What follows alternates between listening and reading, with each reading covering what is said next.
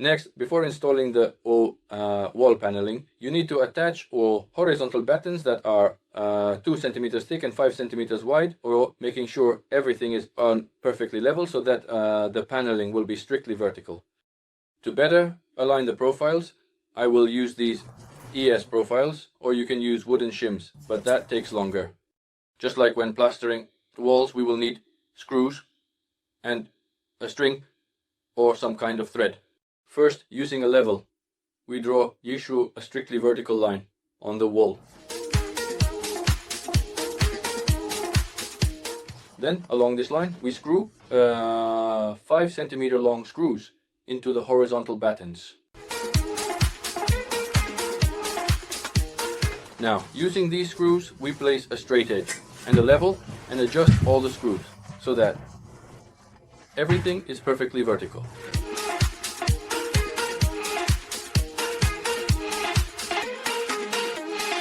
After that, we screw in the same kind of screws on the opposite side of the wall.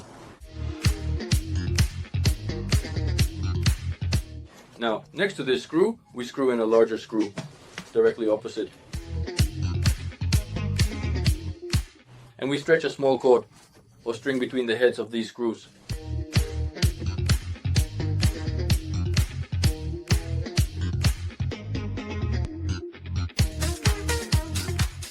Now, at intervals of 50 to 60 centimeters from each other, we attach ES profiles to the horizontal wooden batten.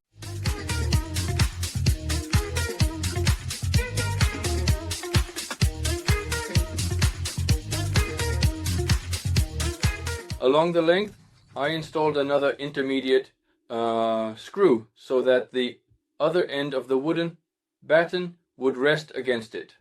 Now we remove the cord.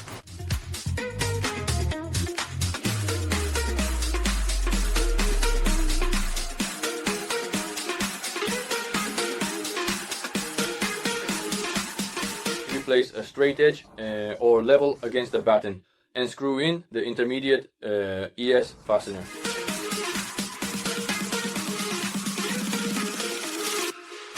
Now you can place the straight edge against this batten and check its straightness. As you can see, everything fits tightly and there is no gap between the straight edge and the batten. All that's left is to bend the ends of the ES profile and continue installing the battens along the entire wall.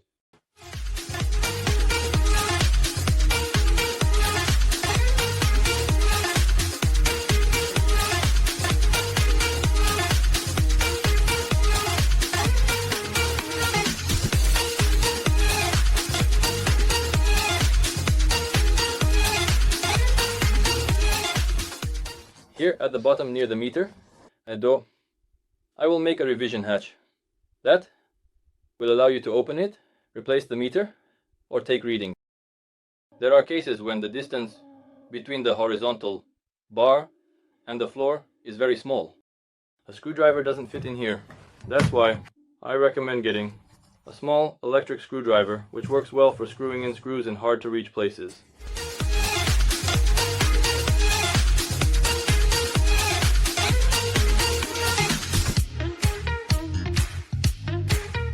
It is necessary to create a mounting for the revision hatch.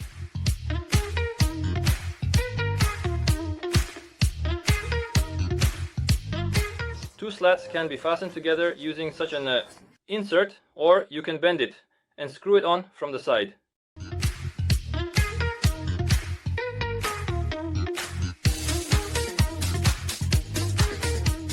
Now measure 25 centimeters and attach the next horizontal slat.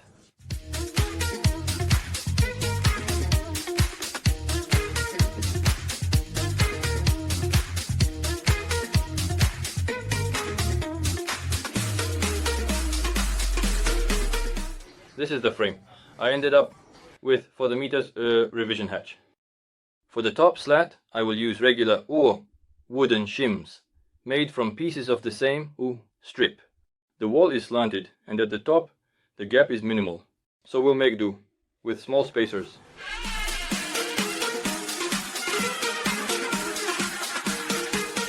I make the spacers using an ordinary knife or a sharp chisel, a small hammer, and a piece of wood.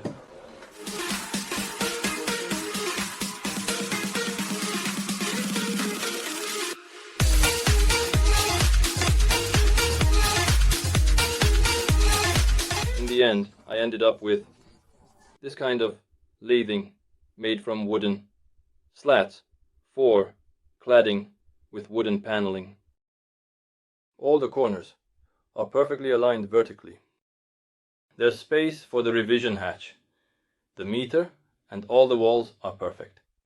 In the next stage, we'll start installing the wooden paneling. My paneling is 3 meters long because my ceiling height is 275. The paneling is made of pine, which is denser compared to spruce. And of course that it has more knots, but that's what affects its density.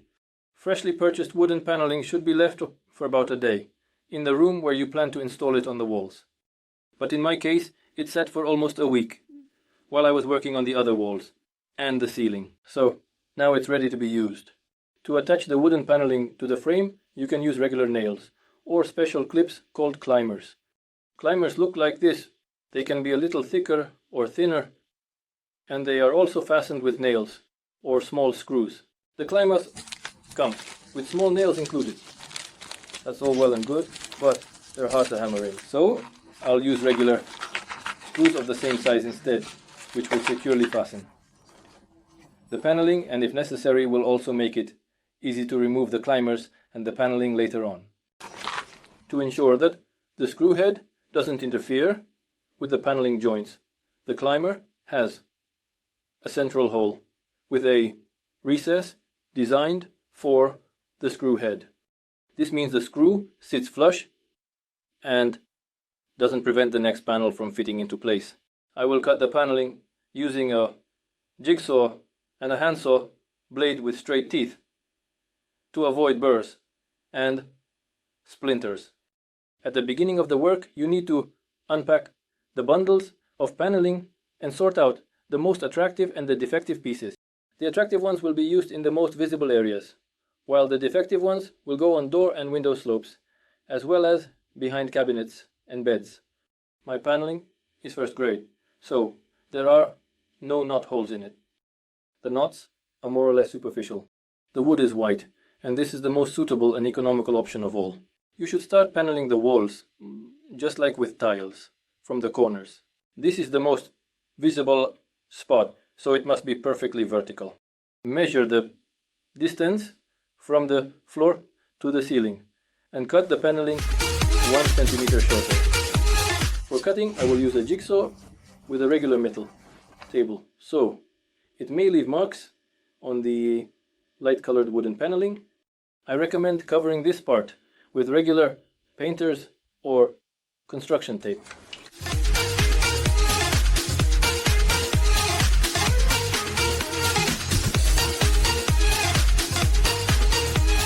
With this covering, the metal will no longer leave stains on the paneling.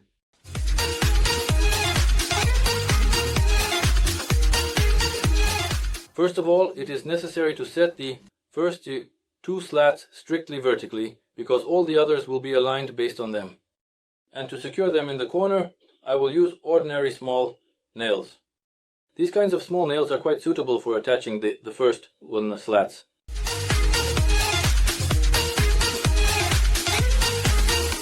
Now the first slat is installed perfectly, vertically, and you can secure it from the other side with clamps.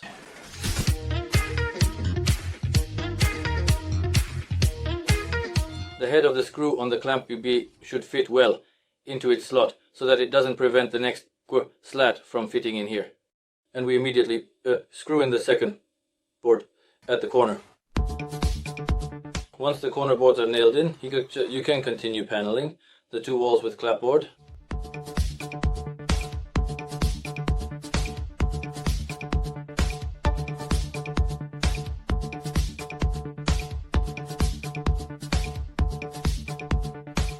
Every 5 or 6 slats, check for perfect vertical alignment, because it can start to drift to the side. Now it's necessary to make a cutout for the inspection hatch of the meter.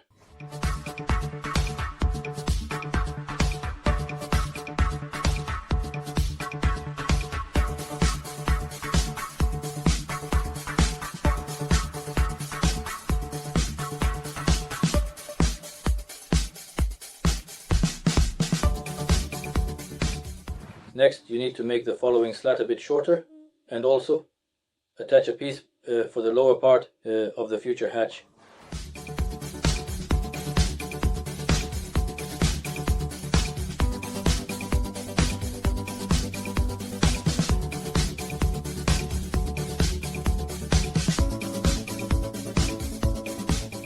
Now the technical opening for the hatch is ready. We'll install the hatch later.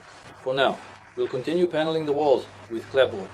If you notice that a row of clapboard is deviating slightly from perfect vertical, you need to avoid nailing in fully on the side that is leaning. In about 3 or 4 boards, you'll have the correct vertical alignment again. For example, here, the clapboard is nailed in all the way on both sides. If we leave this board just about 2 millimeters short of being fully nailed in, it won't make a difference, but it will correct the vertical alignment.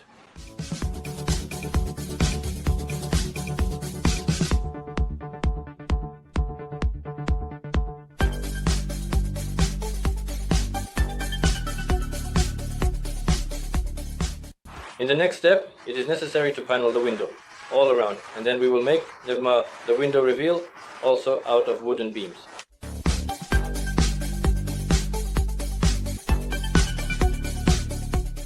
On small sections, we also check for perfect vertical alignment, because the shorter the plank, the easier it is to lose the vertical and it will end up uneven. In the next step, it is necessary to install a mounting box and an outlet into the wood. For this I use mounting boxes designed for drywall. They have clamping tabs that will secure the box in the wood. For this we will use a hole saw, a wooden drywall with a diameter of 64 millimeters.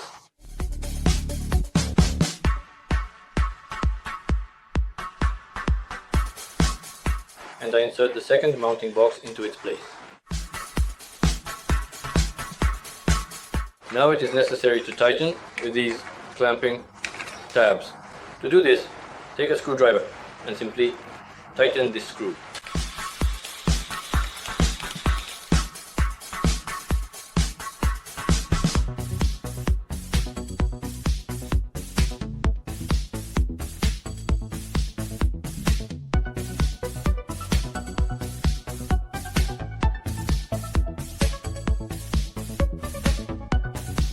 Here are the 2 outlets in their place. All that's left is to test them.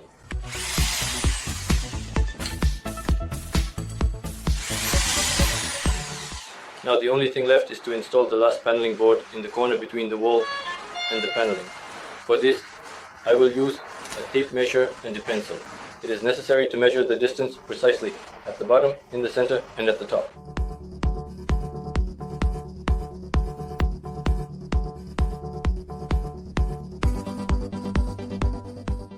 And we draw a straight line using any level or straight edge.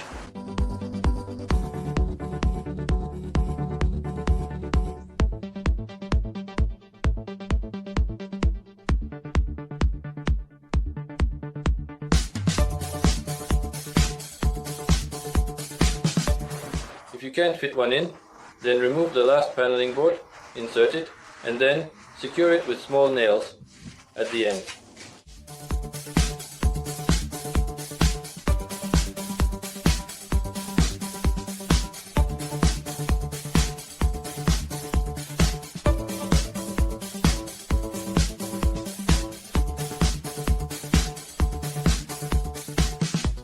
After fixing the last strip, take small nails, drill small holes in the edge of the paneling and nail the last board to the batten.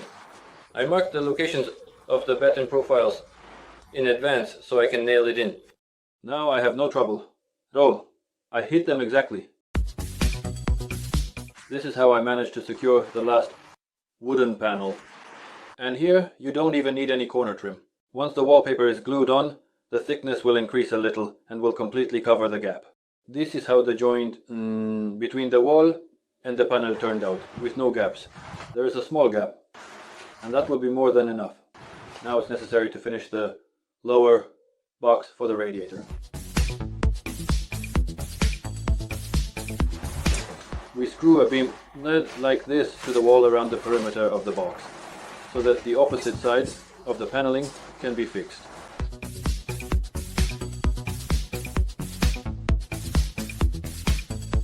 To prevent wall heating and reduce heat loss, so more heat comes from the radiator into the room, use an offal. It is attached behind the radiator. We nail 1.5 centimeter thick slats onto it to secure the paneling.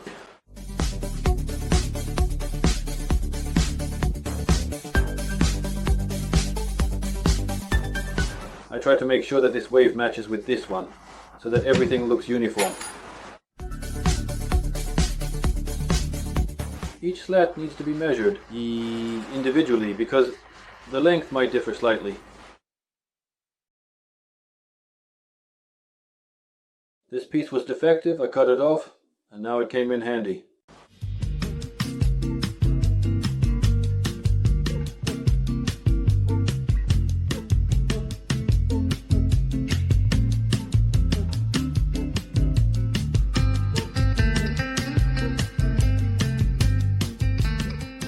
Now the bottom part is finished. Now we move on to the side of the radiator box. Here we do the same. We nail a slat, which is already on the wall, and attach it to this profile through a small hole. And there will be carnations at the bottom and top.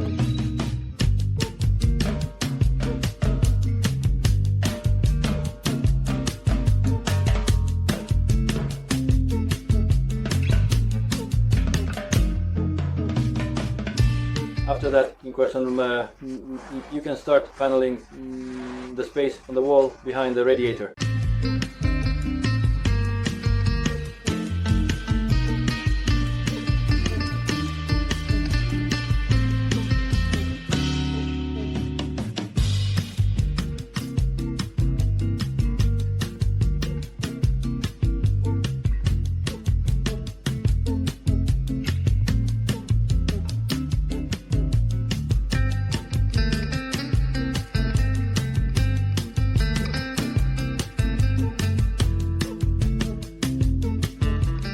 This is what the radiator looks like inside its box.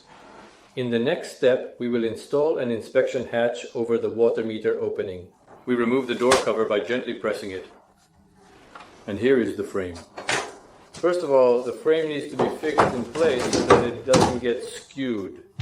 To secure the hatch, we use the same clamps and small screws.